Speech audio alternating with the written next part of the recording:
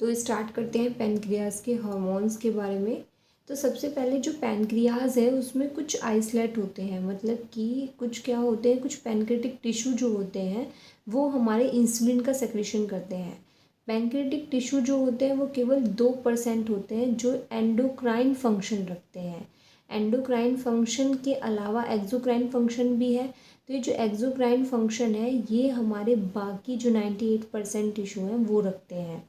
और pancreatic isolate जो होते हैं वो क्या होते हैं, बेसिकली क्लस्टर होते हैं सेल्स के, मतलब सेल्स के छोटे छोटे क्लस्टर्स होते हैं जो हमारे पैनक्रियाटिक आइसोलेट बनाते हैं और पूरी पैनक्रियाज में बिखरे हुए रहते हैं।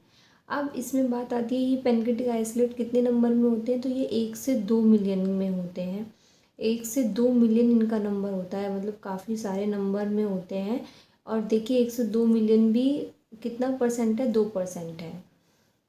Present in gland and contain mainly 3 types of cells. कौन कौन सी सेल्स है, अल्फा, बीटा और डेल्टा। अल्फा जो है वो ग्लूकेगॉन निकालती है, ग्लूकेगॉन के बाद में जो बीटा सेल्स है वो हमारे इंसुलिन सेक्रेट आउट करती है और डेल्टा सोमेटोस्टेटिन निकालती है। ग्लूकेगॉन का जो मेन फंक्शन है वो है कि वो हमारे ब्लड के ग्लूकोज के लेवल को हमेशा बढ़ा के रखता है, जबकि जो इंसुलिन है वो हमेशा ब्लड के ग्लूकोज के लेवल को घटा के रखता है, रिड्यूस करके रखता है।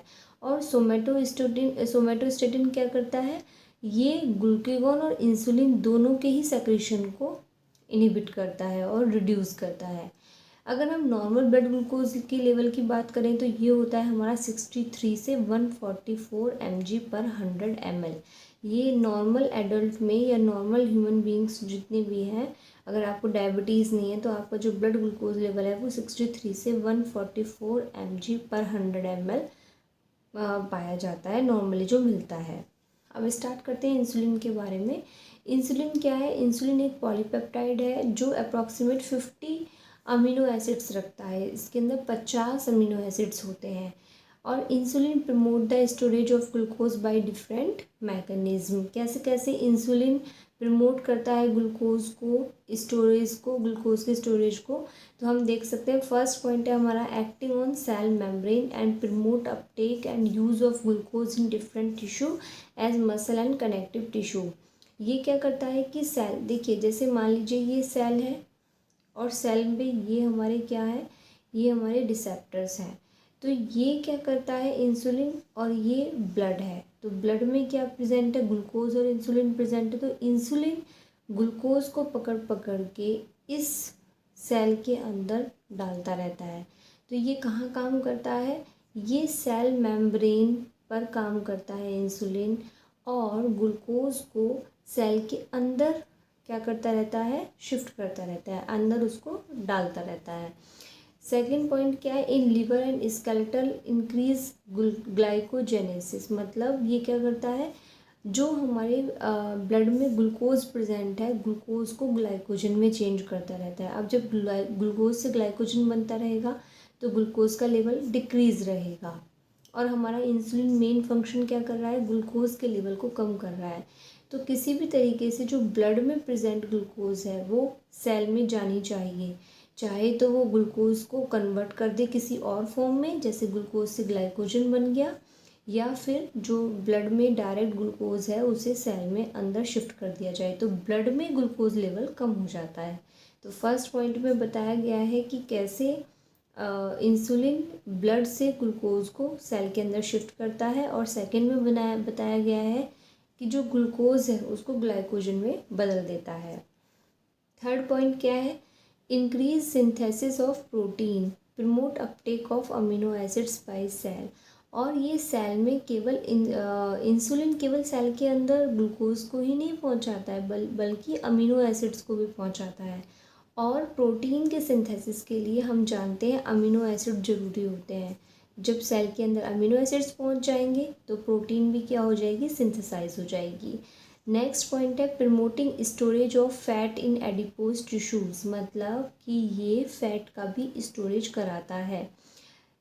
और जो हमारा लास्ट 2 पॉइंट्स हैं वो क्या है, डिक्रीजिंग ग्लाइकोजिनोलाइसिस। मतलब ग्लाइकोजन को ग्लूकोज में बदलने से क्या करता है, कम करता है, रोकता है।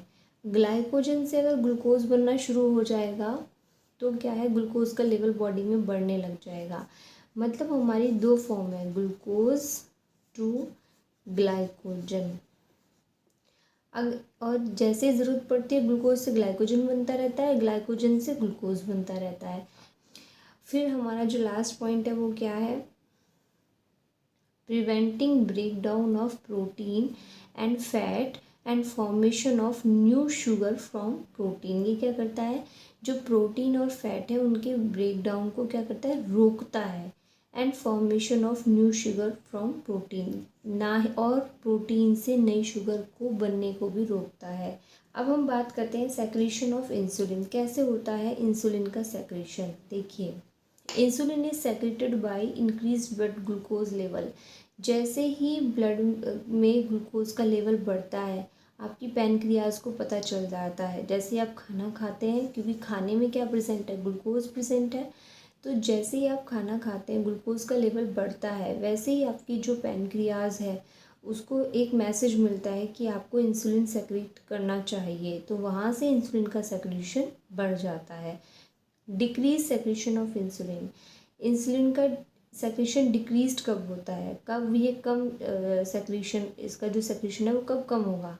Secretion is decreased bye sympathetic stimulation, glucagon, somatostatin and adrenaline. Basically जब आप एंजाइटी, स्ट्रेस और टेंशन में होते हैं तो इंसुलिन का सेक्रेशन जो है वो कम हो जाता है। सिंपैथेटिक स्टिमुलेशन का कोरिलेशन आपकी एंजाइटी और टेंशन से भी है। Glucagon convert glycogen to glucose in liver. Glucagon का मेन फंक्शन है कि ये लीवर के अंदर जो ग्लाइकोजन है उसको चेंज करता रहता है ग्लूकोज में। दो ही चीज़ें होती हैं, मैंने आपको अभी बताया कि ग्लूकोज से या तो ग्लाइकोजन बनेगा या ग्लाइकोजन से ग्लूकोज बनेगा। तो इंसुलिन क्या कर रहा था, इंसुलिन ग्लूकोज से ग्लाइकोजन बना रहा था, तो हमारे ग्लूकोज का लेवल कम होता जा रहा था। ग्लूकेगॉन क्या कर रहा है, ये उल्टा फंक्शन कर रहा है, ग्लाइकोजन से कन्वर्ट कर रहा है ग्लूकोज में कन्वर्ट हो रहा है। मतलब ग्लाइकोजन का कन्वर्जन किस में हो रहा है, ग्लूकोज में हो रहा है। तो ग्लूकोज में जब होगा तो ग्लूकोज का लेवल बढ़ जाएगा, तो इसीलिए ग्लूकेगॉन जो करता है वो क्या करता है, ब्लड के ग्लूकोज के लेवल को बढ़ाता है। तो अब हम पढ़ने वाले हैं डायबिटीज़ मेलाइटस के बारे में, जो एक बहुत ही इम्पॉर्टेंट डिजीज़ है। आजकल के टाइम पर सभी को शुगर है, या कह सकते हैं सभी को डायबिटीज़ है। तो डायबिटीज़ का जो फुल नेम है वो है डायबिटीज़ मेलाइटस।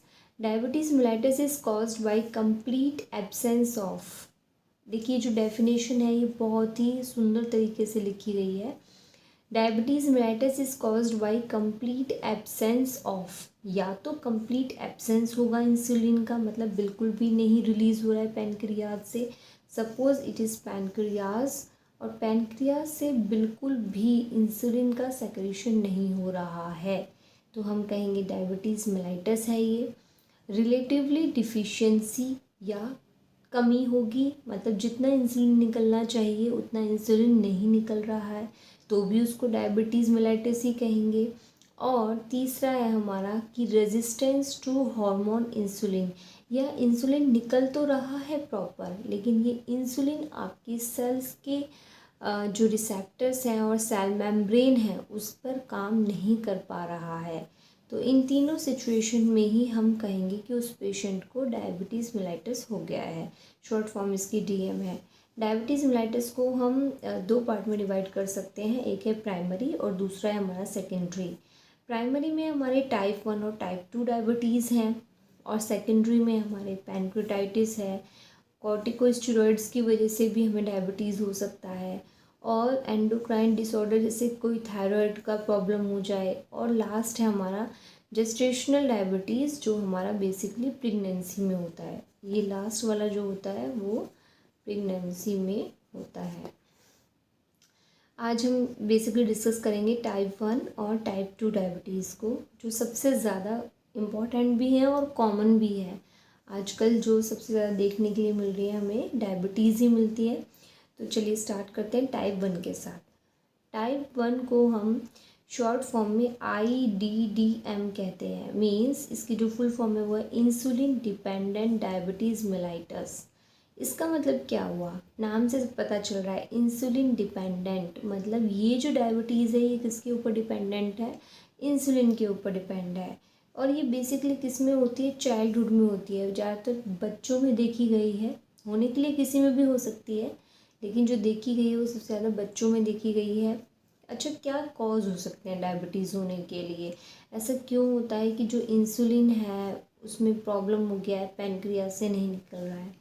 सीवियर डिफिशियंसी और absence of insulin secretion due to destruction of beta isolate cell of pancreas.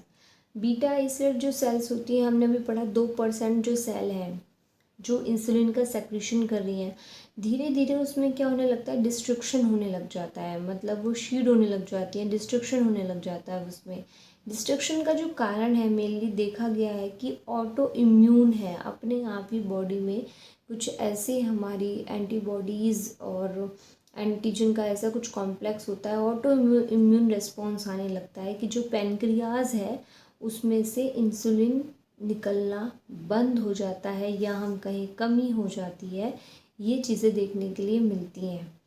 तो ये बेसिकली मे भी हो सकता है कि ये जेनेटिक हो, मे बी ये जेनेटिक हो और मे बी एनवायरमेंटल हो। टाइप 2 डायबिटीज़ क्या है, इसकी फुल फॉर्म है non insulin dependent diabetes mellitus. एक और पॉइंट, टाइप 1 में हम प्रीफर करते हैं इंसुलिन के इंजेक्शन देने के लिए, क्योंकि टाइप 1 में जो पैनक्रियाज है वो प्रॉपर काम नहीं कर रही है, बीटा आइसोलेट सेल्स जो हैं वो ख़राब हो चुकी हैं, डिस्ट्रक्शन हो चुका है, जिसकी वजह से इंसुलिन के इंजेक्शन हमें देने पड़ते हैं। टाइप 2 डायबिटीज़ जो होती है वो इससे अलग होती है, या आप कह सकते हैं कि इंसुलिन तो है बट इंसुलिन काम नहीं कर पा रहा है, इसलिए इसका नाम है non insulin dependent diabetes mellitus. Short form में है NIDDM, मतलब नॉन इंसुलिन डायबिटीज़ डिपेंडेंट। आप देख रहे हैं कि नॉन इंसुलिन डिपेंडेंट है, मतलब कि इंसुलिन पर ये डायबिटीज़ डिपेंडेंट नहीं है। तो क्या चीज़ें हैं, 90% केसेस में टाइप 2 डायबिटीज़ ही देखने के लिए मिलती है।